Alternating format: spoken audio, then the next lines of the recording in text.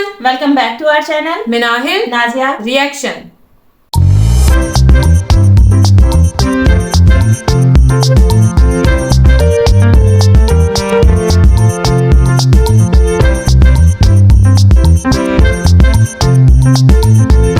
तो आज इस वीडियो पे हम रिएक्शन देने जा रहे हैं। उसका टाइटल है वीडियो का टाइटल है PM Modi explains UPI digital payment system to French president Macron और इनके चैनल का नेम है जी नरेंद्र मोदी।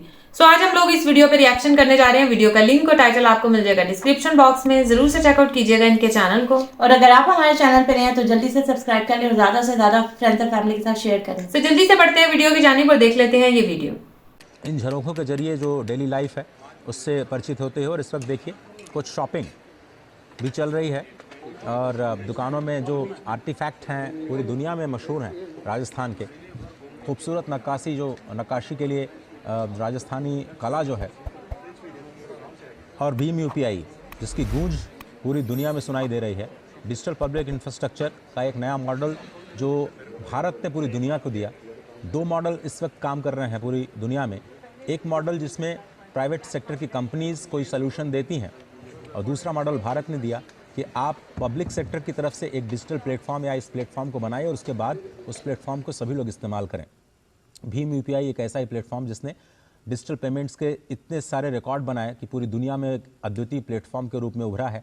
और आप देख रहे हैं कुछ तस्वीरें हवा महल के बाद लोकल शॉपिंग सेंटर्स में जाते हुए भीम यूपीआई के ज़रिए कैसे लोग पेमेंट्स रिसीव करते हैं इसके बारे में जानकारी देते हुए।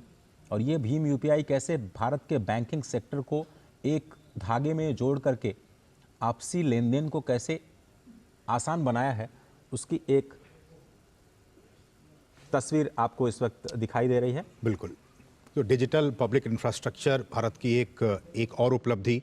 और इसका आप देख सकते हैं यहाँ पे यूपीआई के ज़रिए, और न सिर्फ फ्रांस बल्कि बहुत सारे देशों के साथ ये हमने किया है कि वहाँ भी अब डिजिटली यूपीआई के ज़रिए आप पेमेंट कर सकते हैं। तो ये भी एक आर्थिक तरक्की के तौर पर देखा जा सकता है। भूटान के साथ भी हमने देखा कि अभी हमने किया। तो इस तरह से तमाम देशों के साथ भारत लगातार इस बात की कोशिश कर रहा है कि वहाँ भी यूपीआई के ज़रिए पेमेंट संभव हो सके। डिजिटल पब्लिक इंफ्रास्ट्रक्चर का ये एक बेहतरीन नमूना, एक बेहतरीन उदाहरण। और मुझे लगता है कि जब ये आर्टिफैक्ट को देख रहे हैं इस वक्त मेहमान राष्ट्रपति, शायद वो यूपीआई के ज़रिए अगर वो, मुझे लगता है कि शायद पेमेंट करें। उनके हाथ में मुझे अयोध्या का नवनिर्मित राम मंदिर प्रतिकृति मुझे दिखाई पड़ रही है। और भीम यूपीआई के बारे में प्रधानमंत्री मेहमान राष्ट्रपति को बताते हुए भारत की ये समृद्ध विरासत, सांस्कृतिक विरासत और उससे आगे बढ़ते हुए जिस एक ज़रिए से, जिस एक धागे से अभी पूरे भारत के लोग जुड़े हुए हैं, खासकर डिजिटली। हम जानते हैं कि लगातार बीते वर्षों के मुकाबले अभी कुछ डेटा आए थे, अजय बेहतर बता पाएंगे कि कई गुना वृद्धि हुई है बीते वर्षों के मुकाबले इस साल 2023 में और 2023 के आखिर तक में, कि करोड़ों की तादाद में ट्रांजैक्शंस हुए हैं अब भीम यूपीआई के जरिए। 10 बिलियन का ट्रांजैक्शन हम हर महीने कर रहे हैं और ये रिकॉर्ड बनाया है हमने। और सिंगापुर के साथ हमने करार कर लिया है। कई सारे देशों के साथ और भी बातें चल रही हैं जिसमें हम यूपीआई को और ज़्यादा कनेक्ट करने की कोशिश कर रहे हैं। लेकिन इन तस्वीरों में आपको तीन चीज़ें स्पष्ट तौर पर दिखाई देती हैं। एक तो राजस्थान का आर्टिफैक्ट, वहाँ के जो छोटे छोटे एमएसएमई सेक्टर है वो किस तरह से अपने लाखों लोगों को रोजगार देता है। अब एक मंदिर की आप छोटी सी एक प्रतिकृति ही लीजिए जिसका अवलोकन ये दोनों नेता कर रहे हैं। कैसे ये लाखों लोगों को रोजगार देता हुआ आर्टिफैक्ट पूरी दुनिया में अपनी जगह बना रहा है। और हम वोकल फॉर लोकल की बात करते रहते हैं प्रधानमंत्री लगातार, और खुद वो करके दिखाते हैं। ये खूबी है प्रधानमंत्री मोदी की कि जो वो कहते हैं, अपील करते हैं सिटीजन। वीडियो हम लोगों ने वॉच की और यूपीआई की हम पहले भी बहुत बार बात कर चुके हैं कि क्यूआर कोड सिस्टम है और डिजिटल जो है वो पूरे इंडिया को किया जा रहा है हर लिहाज से। चाहे वो आप मतलब इवन हमने यहाँ तक देखा है कि एक मोची के पास भी क्यूआर कोड था।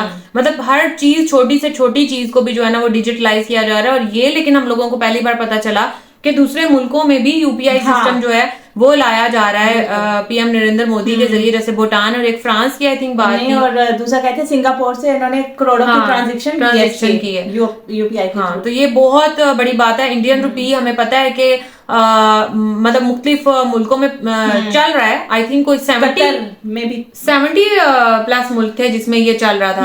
हमने एक वीडियो देखी थी, काफी पुरानी बात है, अगर मैं गलत नहीं हूं तो तकरीबन इतने मुल्क थे। और कतर का तो हमने देखा था कि वहां पर बाकायदा बताया जा रहा था, वहां क्रिकेटर थे कोई जो बता रहे थे कि यहाँ पर जो है ना ये यूपीआई चल रहा है, मैं यूपीआई के जरिए से ही जो है ये ट्रांजैक्शन वगैरह और ये सब जो चीजें मैं कर रहा हूँ।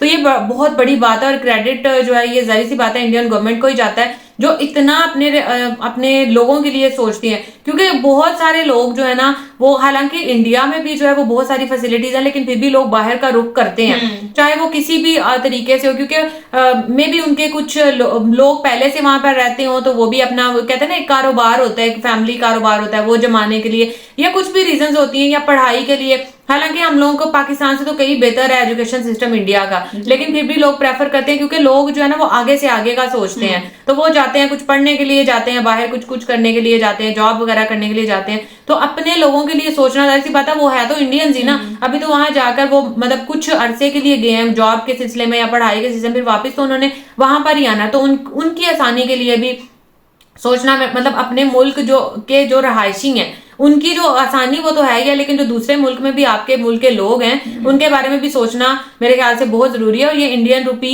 की ही वैल्यू बढ़ा रहा है अगर आप ये सब काम कर रहे हो तो। मतलब जैसे पाकिस्तानी, मैं बार बार इसलिए वो कंपैरिजन कर रही हूँ क्योंकि जाहिर सी बात है हम लोग तो वही यूज करते हैं, हमने तो उसके बारे में ही बोलना है। तो पाकिस्तानी रुपीज के कंपैरिजन में इंडियन रुपी की मतलब बड़ी वैल्यू है, बाहर के मुल्कों में भी उसकी एक्सेप्टेंस है, उसकी वैल्यू है।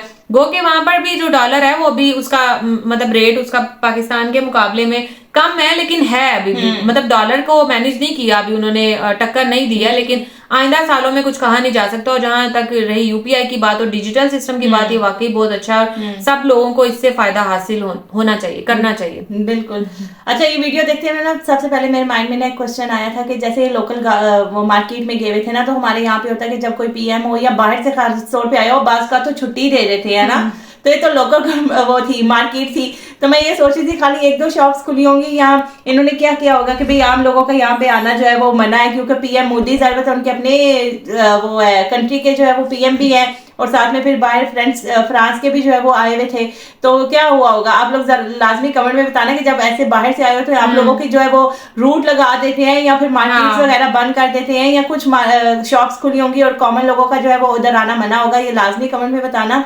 और दूसरा, अगर यूपीआई की बात करें तो वाकई हमने ये अगर पाकिस्तान और इंडिया का थोड़ा अगर हम यहाँ पे कंपैरिजन करें, यहाँ पे तो नेट ही जो है वो इतना 4G, और इंडिया में तो हमने देखा था कश्मीर साइड में 5G चल रहा था। 4G भी यहाँ पर सही नहीं है, बिल्कुल नहीं चलता। हाँ, तो QR कोड तो यहाँ पे बहुत ही जो है वो दूर की बात है। हमने एक वीडियो बनाई थी इसी के ऊपर, तो विलेज था, तो वहां पे जो है वो यूपीआई चल रहा था सिस्टम। और जैसे आपने बाहर की अगर बात की है तो मेरे ख्याल से बहुत ज्यादा, क्योंकि जो बाहर लोग रहते हैं ना उनके लिए बहुत मसला होता है कि यार हम अपने घर वालों को अगर बाहर कोई बिजनेस वगैरह करें काम, तो हम कैसे अपने घर वालों को जो वो पैसे ट्रांसफर करें। तो मेरे ख्याल से ये बेस्ट वे है।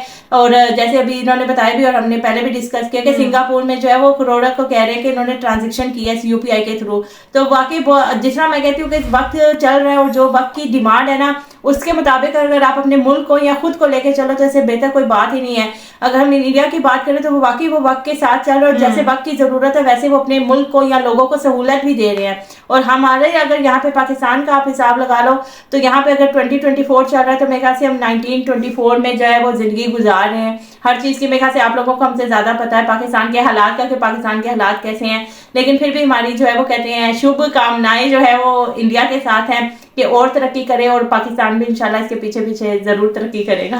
खैर ये था हमारा रिएक्शन, होप सबको अच्छा लगा होगा। अगर अच्छा लगा तो वीडियो को लाइक कर दें और चैनल को भी सब्सक्राइब कर दें जो लोग चैनल पर नए हैं। तो मिलेंगे आपसे नेक्स्ट रिएक्शन वीडियो के साथ, तब तक हमें दें इजाजत। अल्लाह हाफिज।